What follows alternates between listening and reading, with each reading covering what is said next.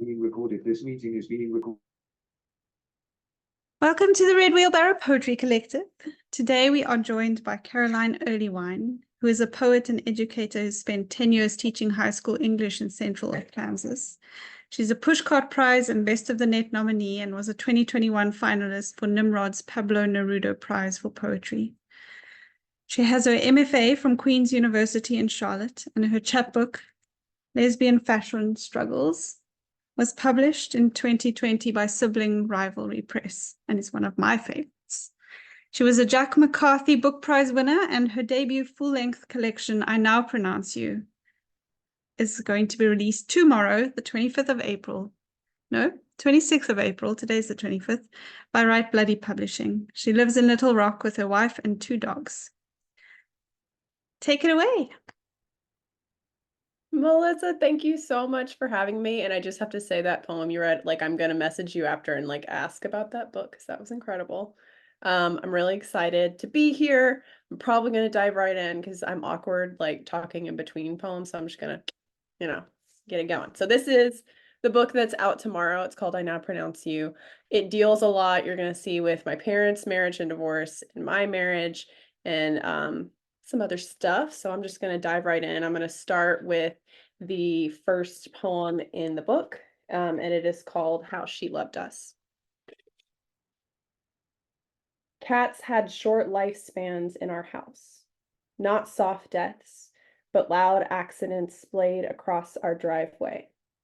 When the garage door strangled our tabby, my mother left the house, returned with ice cream.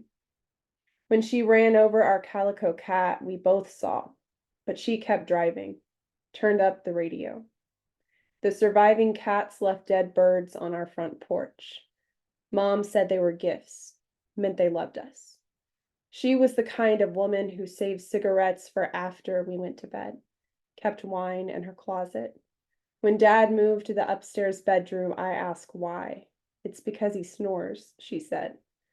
The weekend, Mom took us on a surprise trip to the river. We came home and discovered an empty house. No blue truck in the driveway, no razor by the sink, no ugly ties in the closet. My mother went out back to water plants. She held a bloody silence in her mouth, dropped it off, a lifeless bird on our front step.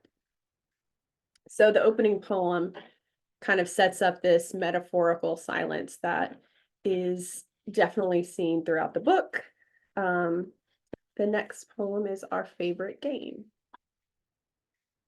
We neighborhood girls loved to play wedding, first with my little sister and the neighbor boy. She wore a plastic tiara and held yellow daffodils we'd picked from the yard. The two of them looked wary as we struck our toy instruments to march them down the deck steps. Next, a young neighbor girl and our little brother. The sidewalk to our front door was a perfect aisle, long and inviting. But she cried and refused, no matter how we tried to persuade her. The show had to go on, so I stepped in with my favorite dress-up gown. There were no boys close to my age in our neighborhood, so my brother remained the little groom. It was more about the ceremony of it anyway, that we played our parts. It went so well that Mom left and returned with McDonald's for the reception. That was the year Mom planned to start work again as a nurse. On her first day back, my brother broke his arm. She took it as a sign to stay home, to play her part. We ate our feast of chicken nuggets at the picnic table, toasted to what good women we were learning how to be. So I taught high school for 10 years, and for a small part of that, I was closeted. And in a place like the South in the United States, that's not great. So this is called On Being a Closeted Teacher. It's driving to school, practicing what you'll say if they ask you outright. It's reading the news of a teacher fired after showing her class a picture of her wife. It's smiling at the queer student wearing a rainbow shirt and feeling shame at your silence. It's overhearing the teacher next door talk about her husband, her family, her opinion on gay marriage. I just refer to the Bible on that one, she tells her class. It's the teacher saying, I just wouldn't want my students thinking about my sex life, though the picture of her husband on her desk is not deemed inappropriate. It's feeling that you are inappropriate. It's students yelling Trump train as they walk into your class the day after the election. It's trying to keep your face neutral as you tell them to settle down. It's living in the pause after a student says, hey, can I ask you a question? It's holding your breath. It's living on a stage, worrying that one day you'll forget your lines. All right. This next one is called Magic Tricks. This is an old one. The first poem in the book, actually, I wrote like over 10 years ago, and this is another one that's really old. And I really I feel like was saving it for this book. So it's called Magic Tricks. My mother's body was full of trapdoors. For years, she bled remnants of siblings I would never meet, let surgeons pry her open like a fist that never held the missing prize, cursed her body for not performing its most impressive trick. When I appeared 2 years after my older sister was adopted, they assumed I was the flu. I have never seen my parents kiss. The closest memory I can conjure, a morning Dad was kissing us all goodbye on the cheek. My sisters and I requested he give my mother a real kiss. Yes, my mother agreed, leaning toward him. Give me a real kiss.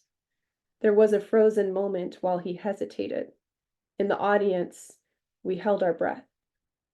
Then my father gave my mother a quick peck on the cheek and disappeared before he could see her eyes fall. I wondered which was worse, to be the one denied magic or the one who forgot how to give it. And this next poem is actually the end of the first section of the book. And the sections, that was one of the last things I came up with. The first section is called Something Borrowed. The second is called Something Blue. And the last one is called Something New. And so it kind of plays on those phrases. We were kind of leaning into the wedding thing. So this closes out Something Borrowed. Ode to my forehead wrinkles. The rakes trail across sand. The reason I got bangs. No lotion or pooling can smooth you. My grandmother told me not to rub my eyes where skin is paper delicate, like a crumpled napkin that can't be straightened back out. But she never warned me of you. I wonder if it is genetics, time making its mark too soon, or if it's the years of wearing my thoughts on my face like a banner, the scrunched thinking face, the brows raised in surprise or scrutiny. All the times I couldn't or wouldn't say how I felt, you were there to display my feelings like a marquee, your deep lines, letters etched into skin. You are proof that even through my silences, I spoke, that my feelings earned their signatures across the page of my face, that some stories can't stay in the body.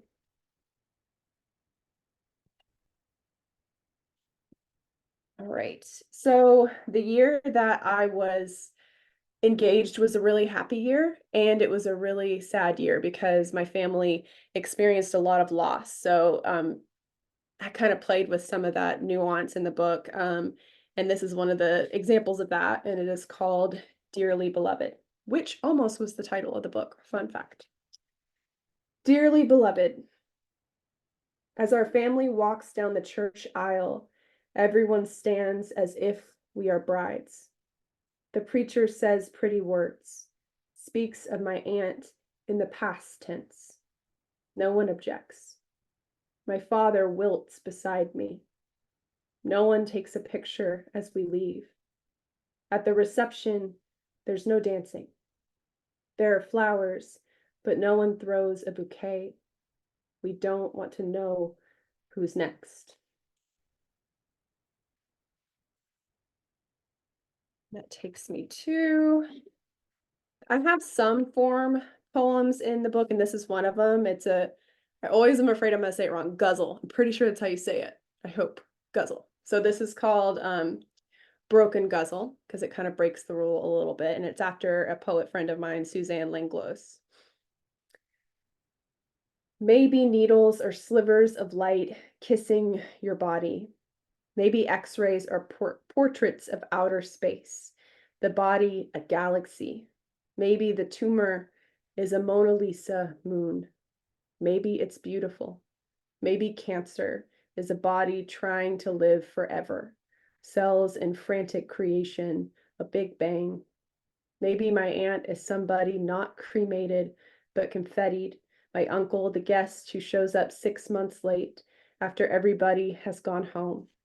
Maybe my grandmother's urn is the bottom half of an hourglass, years collected in a bronze body. Maybe my grandfather's stomach wasn't filled with cancer, but with stars, a whole night sky he swallowed when nobody was looking. Maybe this sickness isn't in me or my siblings or parents, or if it is, it's not the slow-moving guillotine, body as bomb, undetonated, inevitable. Maybe it's just lonely. Maybe it thinks of itself as a friend, somebody who will walk up to me on the street one day and say, "Caroline, it's me. It's so good to see you."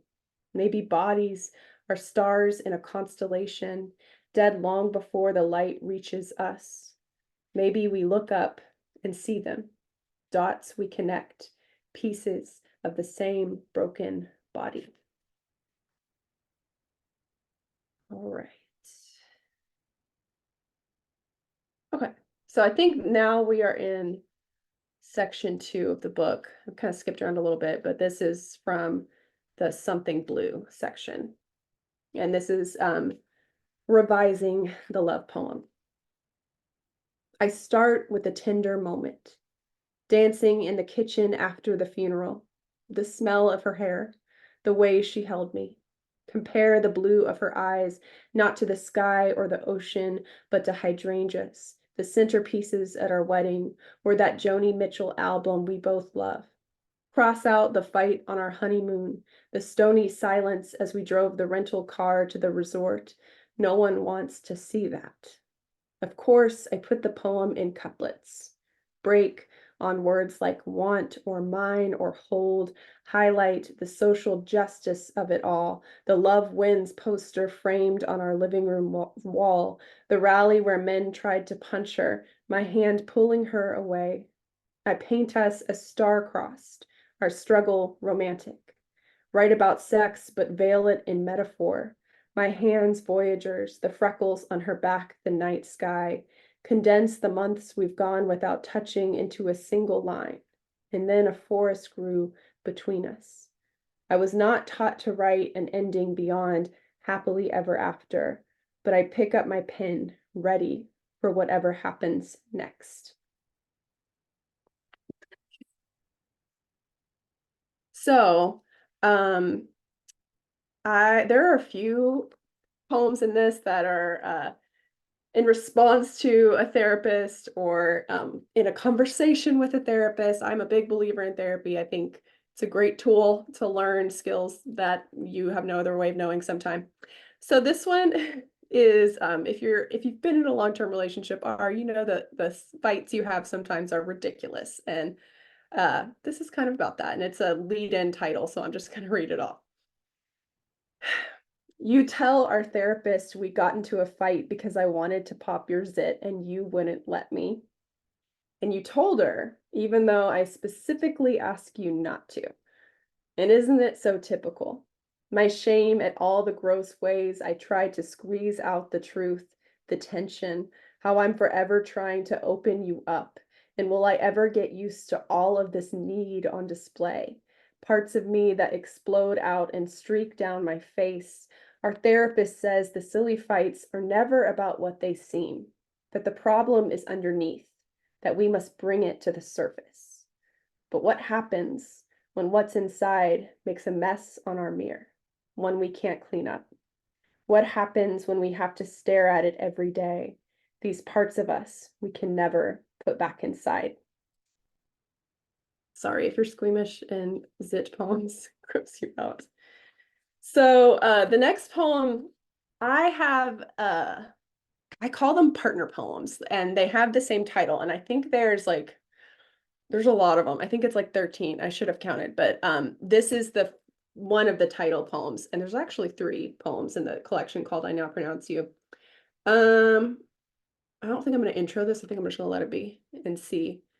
Yeah. So this is I Now Pronounce You. We start with the dog, who is misgendered so often, it only feels natural to refer to them as they. At home, we practice. Look, they're being so sweet, I say, when Bug lays their head on my lap. We need to give them a bath, you say, after sniffing their spotted fur, your nose wrinkling a bit. Soon, I start to try out your pronouns too. On the phone with my sister, at dinner with a friend. It begins to feel like second nature, like a photograph coming into focus, one I didn't realize was blurry. Like all this time, I'd been mispronouncing your name and finally said it right.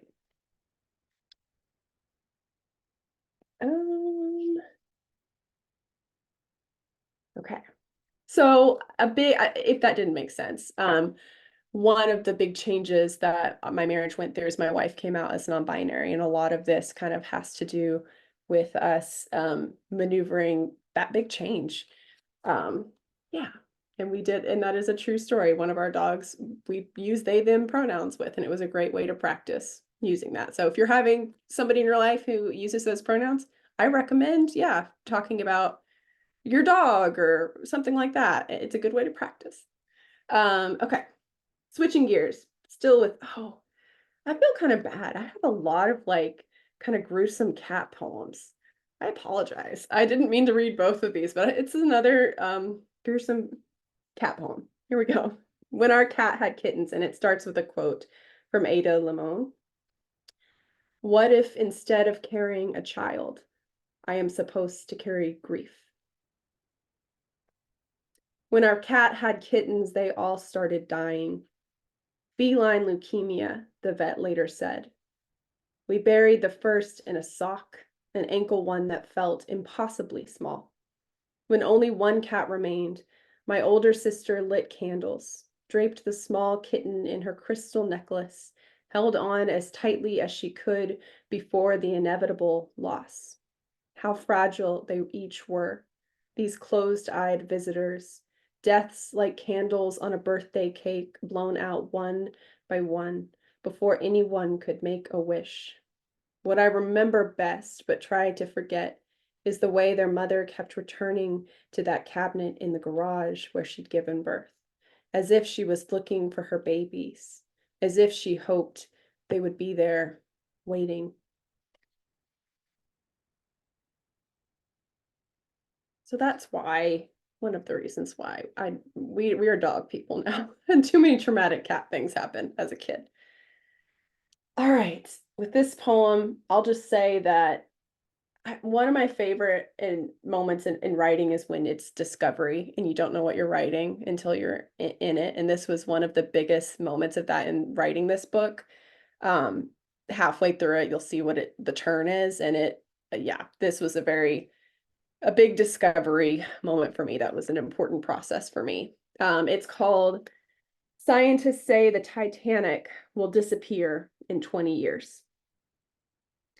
Footage of the Titanic's departure shows passengers swarmed her decks to say farewell. Women waved handkerchiefs across the railing, any voice or sound drowned in silent film. What's more haunting is her body abandoned on the ocean floor. All those ballrooms once filled with laughter and dancing, now an empty tomb fish float across like ghosts. Now a crushed piano, its keys crooked teeth in a broken smile, a portrait of decay. Rust icicles form a beard across the ship's face, which now we know is the sign of her second death, the metal-eating bacteria that every day makes her smaller. This is an iceberg we can see coming, but are just as powerless to stop. Is it more graceful, more gentle, this death, How many ways are there to disappear? In my classroom, a book vanishes from the shelf. A rainbow sticker is torn from the wall. Every day I walk in and find I have become smaller. I pause before I mention my wife.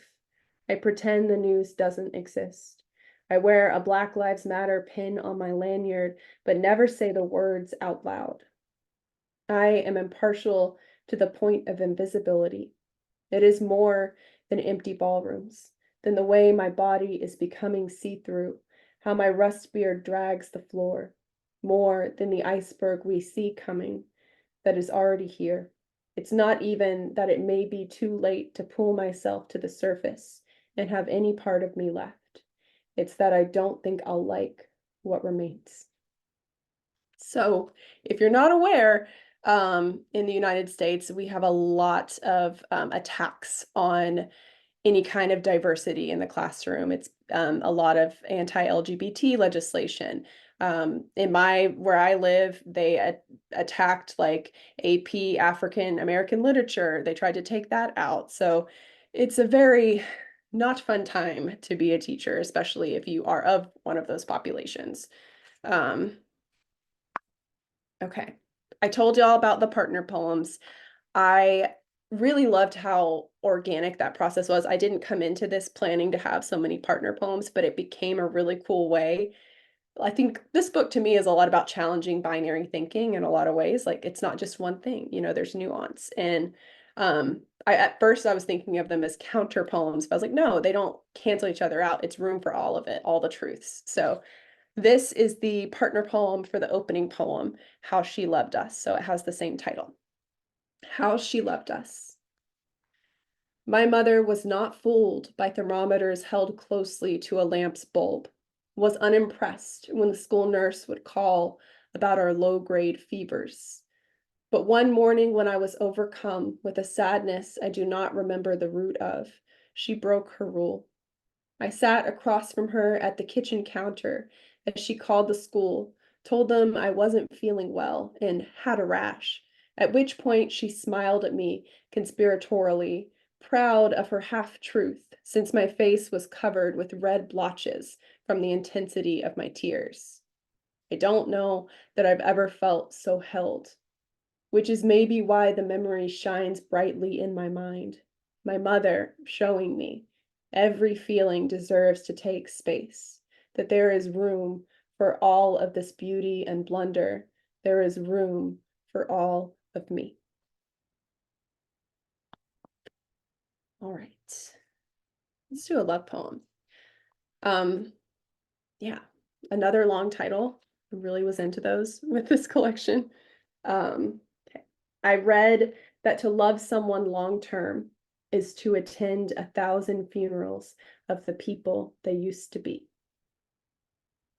Here lies the long-haired girl at the dive bar, playing beer pong on the night we met.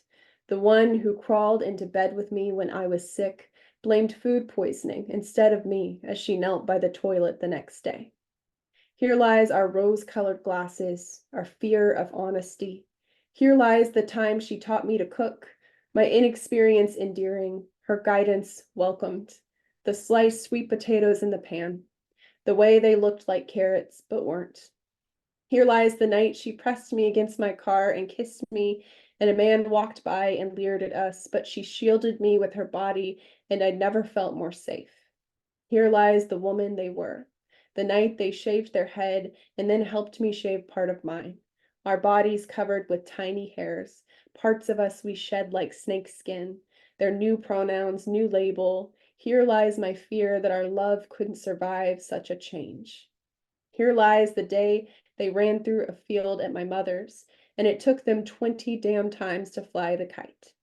But they never gave up, adjusted the strings in their run, and kept going until it flew. Here lies my doubt.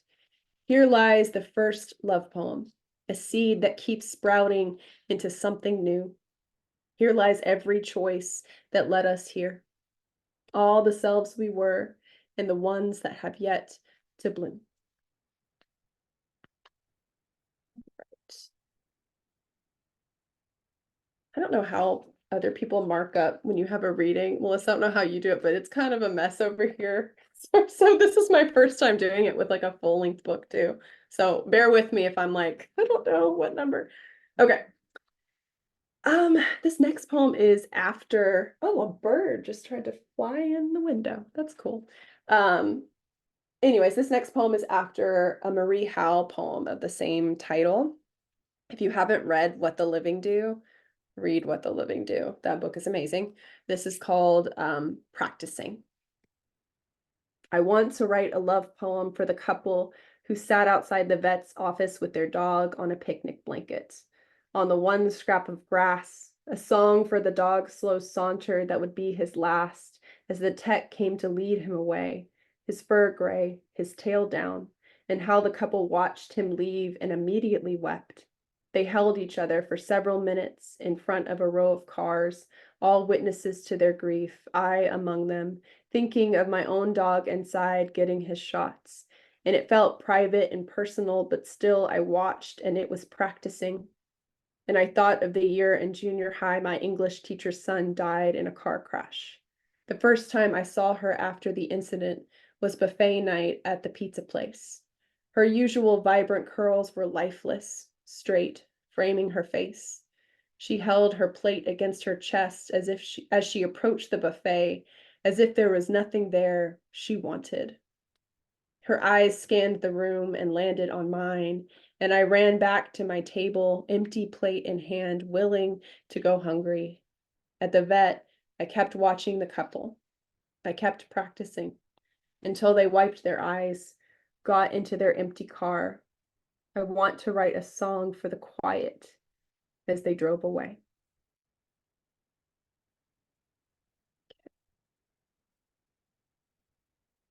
All right. Yeah, so a lot of this book is obviously seeing my parents as people more, and that's something that I feel like, for me at least, happened as I got older, as I reached the age they were when they were raising me. And yeah, I guess that's kind of an intro to these next two poems. This is a week after my grandfather's funeral. I found my father at his parents' house, on his knees and weeping in front of a baby photo of his mother. It was hand-tinted, which made my grandmother doll-like, her face rosy, lips red and full of life. She was 10 years gone, her ashes just buried with my grandfather's body. But this picture made the grief new, breathed life into its cheeks. Through his tears, my dad said, she was such a pretty baby. He had never known her like that. I thought it strange. This was what broke him. Not a photo with a face he could remember, arm in arm with his father or smiling next to his sister on Christmas morning.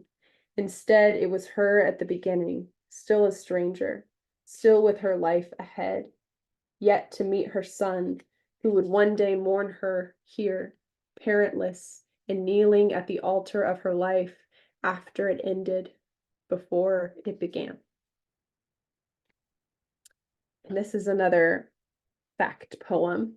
And Melissa, I might have written this in one of the classes you were TAing, actually. I don't remember if it was the Odes one or the Poems Don't Suck, but it was one of them. So the fact might be familiar. So when my mother was born, she was already carrying the egg that would become me. I was there when she made mud pies, earned the nickname Tilly the Toiler on her grandparents' farm. I was there the first time she touched a horse, the pink of its nose soft under her hand. I was there when she was on homecoming court, wore the paisley dress, when she wrote the poem about how she felt she was playing a role, that no one really knew her, and they published it in the school paper. I was there when she drove her friend to the abortion clinic. I was there when her father told her to become a nurse. There the first time she held the hand of a patient who was dying. I was there when she kissed my father under the magnolia tree, her lace gown pulled around her feet. There when they lost the first baby, and the second, and the third. And before she was mother, wife, Before I wrote my own poems, I was there, and I still didn't see her.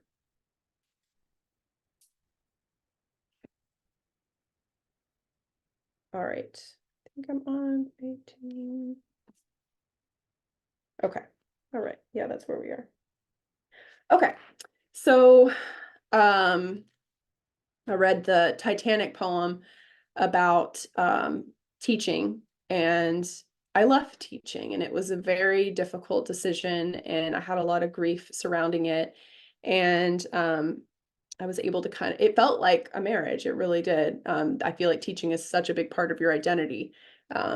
So this poem is called Things That Could Be Said About Both Divorce and Leaving Teaching. Think of the children. It's not meant to be easy, but you seemed so happy. You were made for this. I just thought you were in it for the long haul. You're so good together. Every relationship has problems. Have you tried counseling? I just always saw you together. What else will you do? You made a promise. It's not meant to be so hard. I don't know how you made it this long. You deserve more. Love shouldn't be so painful. Good for you. There's a whole world on the other side of this grief. Just hold on. It gets so much better. I'm proud of you. I know how hard you tried. Someday it won't hurt so much. It's okay to remember the good times. You need to take time to heal. You deserve to feel safe, to feel loved. Someday this will all make sense. You'll look back and understand why it could never work out. You are not a failure. Sometimes leaving is coming home to yourself. How brave to make that change, to choose you. What a good example you are setting. Think of the children. All right. Okay. This is, well, it's another lead-in title, so I'm just gonna go with it. And this is in the last section. Something new is what it's called. The only part I remember about our trip to Disney World is missing our flight. My mother did not hold back. She dropped her bags and collapsed into the nearest chair, wept openly, her face in her hands with the kind of abandon we didn't ever see from her. It was then I saw my mom as human, and by human, I mean someone who wept, who mourned and wanted and had disappointments too big to carry. It felt like the world had shifted, could crumble. The flight attendant avoided our eyes. My father hung back. My brother wrapped his small arms around my mother's neck. Now I am listening to the dog's quiet breaths at my feet. The sheer curtains glow in the afternoon sun beside me. My empty plate sits on the desk. I am looking back at this moment and telling my mother it is okay to cry as loudly as she wants. I am running down the airport terminal, prying open the doors. I am fixing this one thing. I am leading my father to my mother and joining their hands. They walk down the terminal together, and the four of us follow. Okay, this one is next. This one almost didn't make it, but it made it. It's called Prayer. I think there's a lot, and I didn't get to these, but there's a lot about religious trauma. I feel like most queer people can relate on some level to that. And yeah, just like kind of finding your own space in that. And so this is called Prayer. It's after Nicole Homer. God of planning, God of 2.5 children smiling in the perfect Christmas cards, photos strewn across the fridge like string lights, God of white dresses and white picket fences, the 2-car garage, the football games, God of gender reveals, of balloon arches and frosting, God of pink and blue, God of uncomfortable family reunions, God of pronouns, God of avoiding them, God of changing them, God of change, God of me proposing but taking your name, God of balance, of losing balance, of finding it again. God of labels, wife, lesbian, non-binary, queer, family values, God of family, ours, God of ours, God of never stepping foot in a church, God of we are our own church, God of we are our own, God of our Christmas card, just the two of us, our only children, the dogs, God of we are enough, God of let us gay up your fridge, God of let's stop trying to fit inside any box but this. So, one of the partner poems, I didn't read the first one, but there's a set of poems where the first one is called The Conditional. And it is essentially a list of all of my biggest fears around my wife coming out and like what that could mean for our relationship. And I'm an anxious person, so I'm really good at catastrophizing and like trying to think of the worst case scenario of that, big changes like that. Sometimes couples don't make it through that. So that's what that poem is. And when I started writing the partner poems, I was like, that's one I would love to have a partner poem for. And it took so long to get it, but I got it. And it's called The Conditional, but in front of conditional, it has in parentheses. So it is the unconditional. If your gender was a catalyst that set us both free, if my queerness was a house with more rooms than I knew, if I didn't have to fit, if my fear was a liar, if we made our own rules, if our love was a nesting doll we kept opening, if we kept becoming more of ourselves, if our lives were not bound to the path we were shown, if the paths were endless, grew in every direction like the branches of a tree, if we could choose.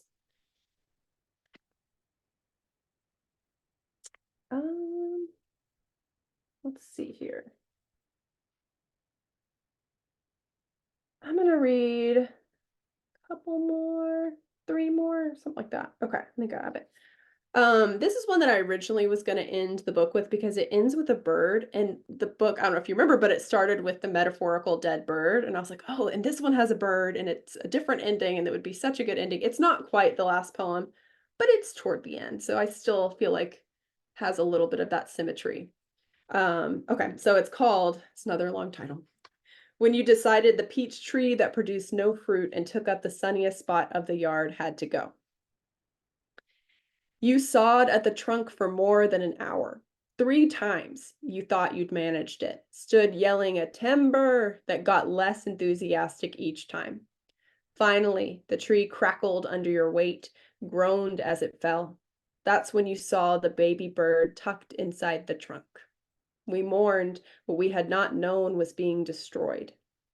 Then you got to work, sawed off the branch that held life inside it, a chickadee, and strapped it to a nearby tree, the parents circling and crying as you worked. After, we went inside and watched from the window, unsure if what was broken could be repaired. We remembered the myth that baby birds are abandoned by their parents when humans get too near. I imagine a possible future. You fishing out the body from the branch, your head bowed, burying the small creature in our backyard, remembered all the birds you found on sidewalks before and your attempts to save them, all the life you held in your hands, only to watch it extinguish. Soon the birds found their relocated nest, fluttered inside to their baby, and what a gift it was to be able to witness the future you broke and rebuilt, the new ending you managed to write. Okay, I've realized I've gone like way over time. Okay, I apologize. I just looked at the clock. I had done the math wrong. I don't do math. So this is the last poem. I apologize. I feel like, okay, but it's kind of a necessary. You can read more. This will be the last one. So this one is one of the poems called I Now Pronounce You, and it's in what's the recessional section, the very last thing. So I now pronounce you. I now pronounce you your own. Give you back your names. Put down those titles, mother, father, wife, husband. I pronounce you whole. Better apart, but still better for once having found each other. I pronounce you human, both the stove and the hand that touches it, if only to learn what burns. I pronounce your every scar well earned, roads on a worn map you used to find your way home. I pronounce you home and road, minute and hour hand, together briefly, moving forward. I pronounce you the golden leaf and its inevitable fall.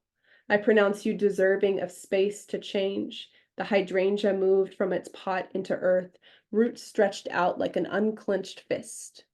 I pronounce you worthy of looking back with gentle eyes, both the one who held me in the back seat, my bleeding knee in your lap, and the steady hand that drove us to the hospital. I pronounce you both free and forever bound, your 4 children stitched between you like the binding of a book sewed together by hand.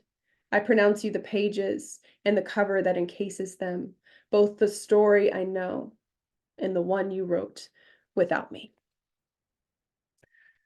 And that's all. Thanks. Oh, thank you. We want to unmute and clap.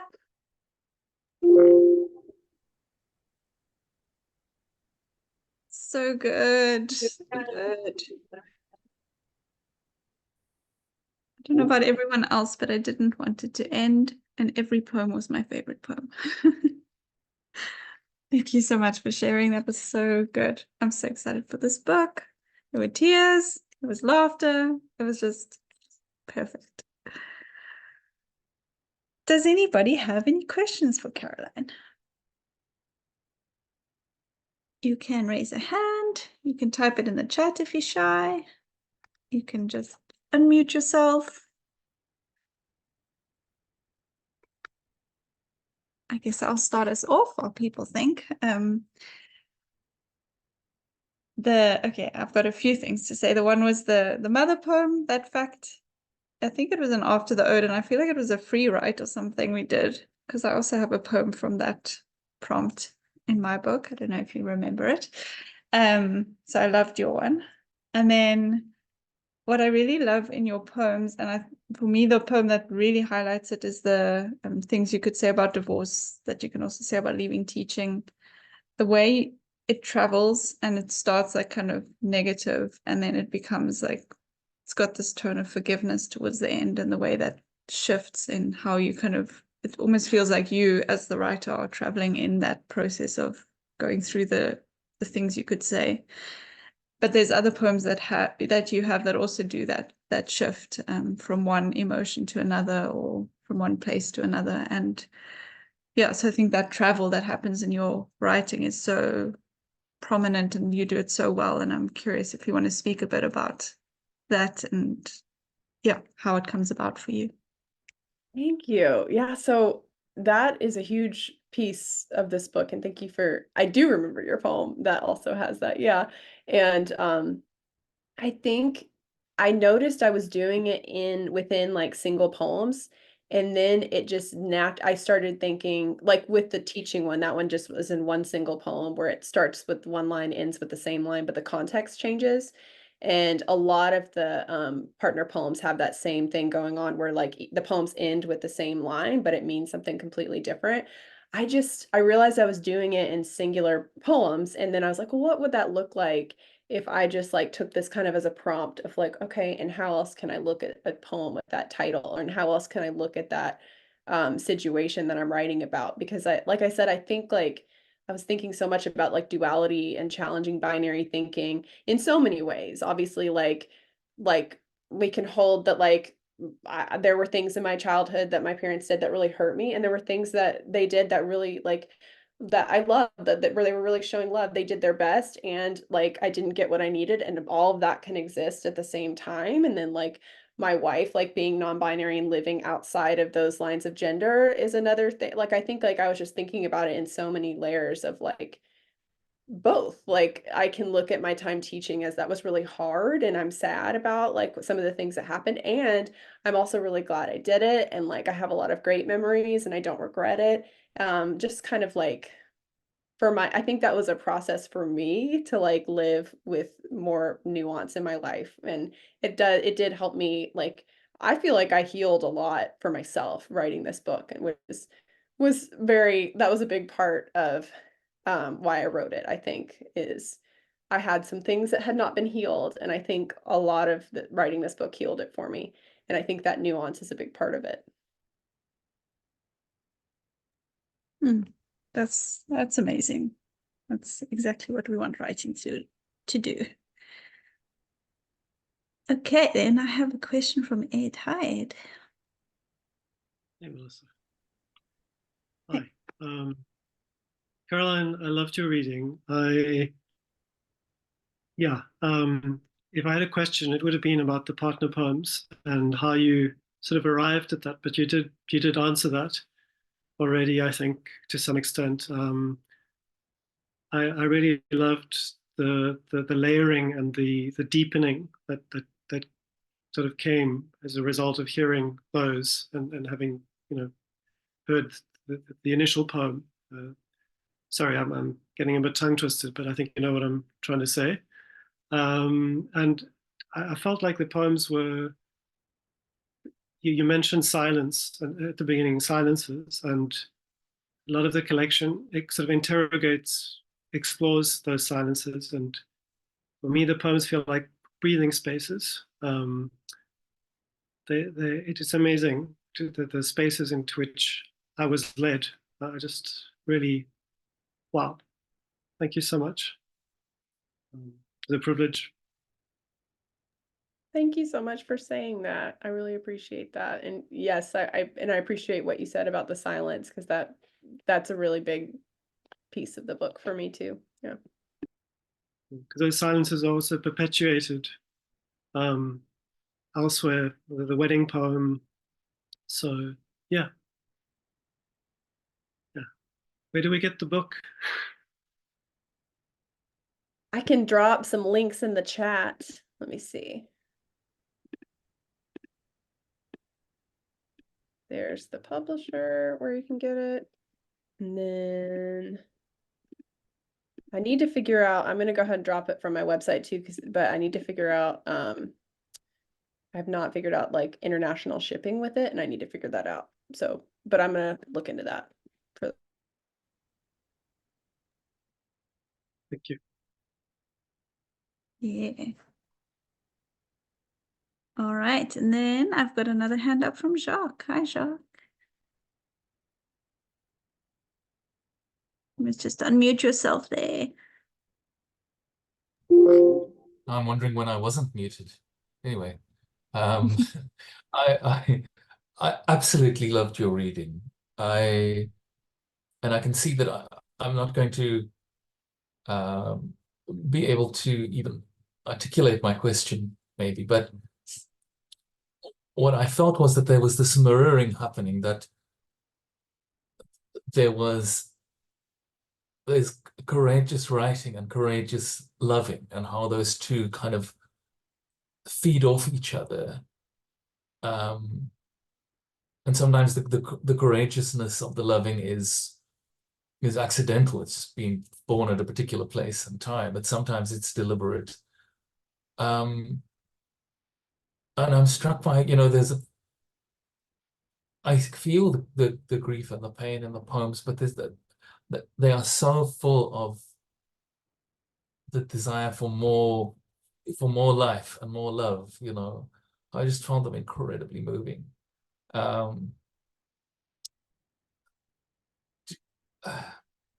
Favorite poets? I'll do that. I'll go that route. I was just incredibly moved by your reading. Thank you so much. And I'm glad. Sometimes I worry, like with heavier poems and collections, that like the joy isn't coming through and the love isn't coming through as much. So I'm really glad that it does. Favorite poets, that's so hard. Let me think. I really love Mary Oliver a lot. Yeah. I mean, yeah, who else? Who doesn't? And I quote Audre Lorde at the beginning. Your silence will not protect you. It's one of the quotes that opens the book. So definitely that. I love, let's see. Of course, my mind is going blank, and I really appreciate y'all being like, I'm having trouble articulating. Like, that's my whole life. Like, so I really appreciate that. Like, I can usually find words, but you've got me speechless. They're very, very beautiful poems. thank you so much.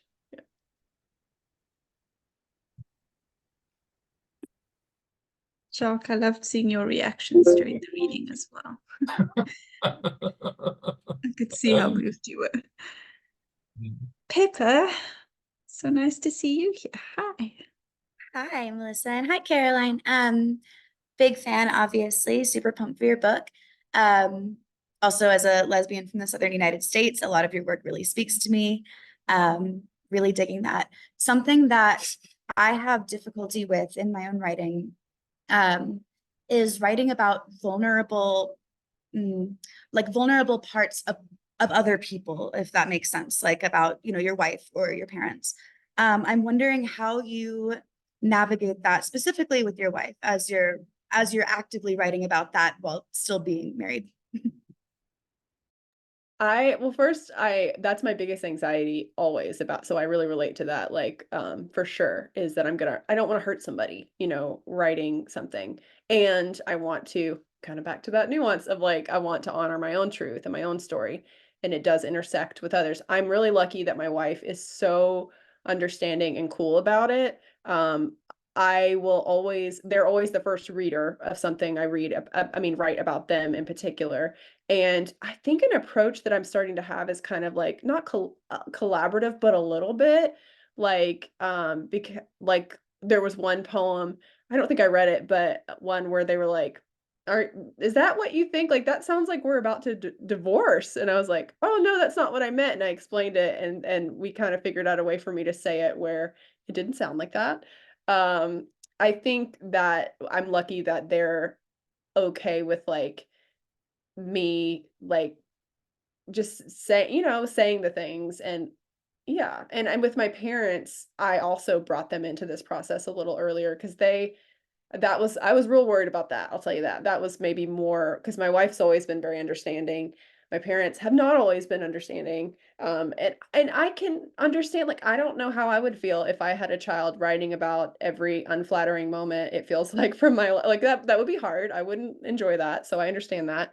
But it actually ended up being a really beautiful experience where like I had a project for school. I'm getting my graduate degree, and I was in a digital nonfiction class. And that last poem, I Now Pronounce You, I wanted to make a video with it. And my parents were in it and they helped me with it. And in that process, I gave them a copy of the manuscript, and we had these discussions like individually, and like I learned things about them that I didn't know, and they like learned. I think we felt witnessed, and I think that's something that like we weren't able to do that for each other when growing up. Like our family, we were all having our pain in private, and like everybody was doing the best they could. We shouldn't have the skills, and like now we do. And like I feel like those moments, even though that's hard, can be like really great opportunities to like heal some of those wounds, or at least like have them witnessed.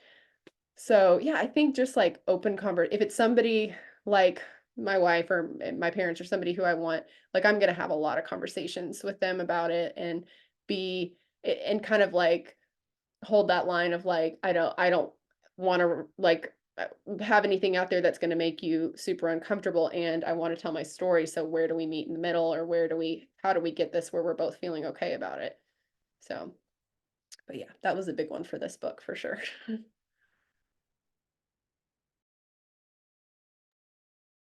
Brilliant question. Thank you. Are there any other questions in the room?